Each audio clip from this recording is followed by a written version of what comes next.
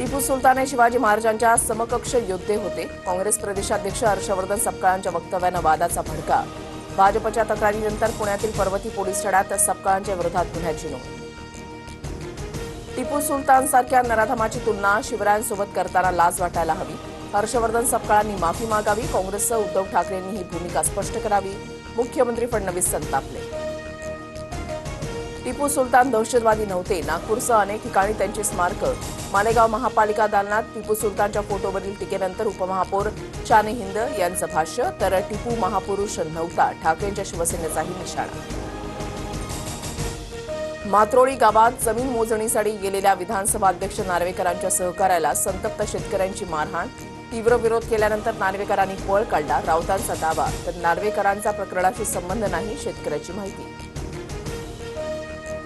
माझा घटनेशी काहीच संबंध नाही. 2 शेतकऱ्यांमधील वाद सोडवण्यास गेलो होतो. राऊतांनी ट्विट केलेल्या व्हिडिओवरून विधानसभा अध्यक्ष राहुल नार्वेकरांचं स्पष्टीकरण.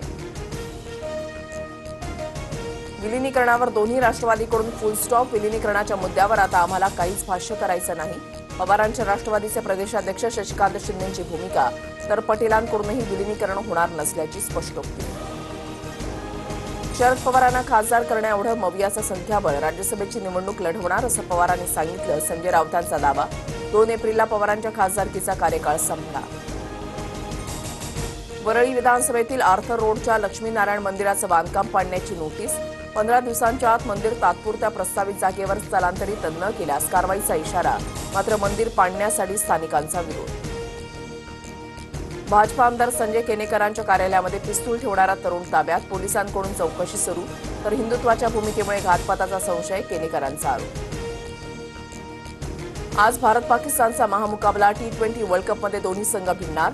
संध्याकाळी 7 वाजता सामन्याला सुरुवात होणार. भारतीय संघ सलग 3ऱ्या विजयासाठी आतुर.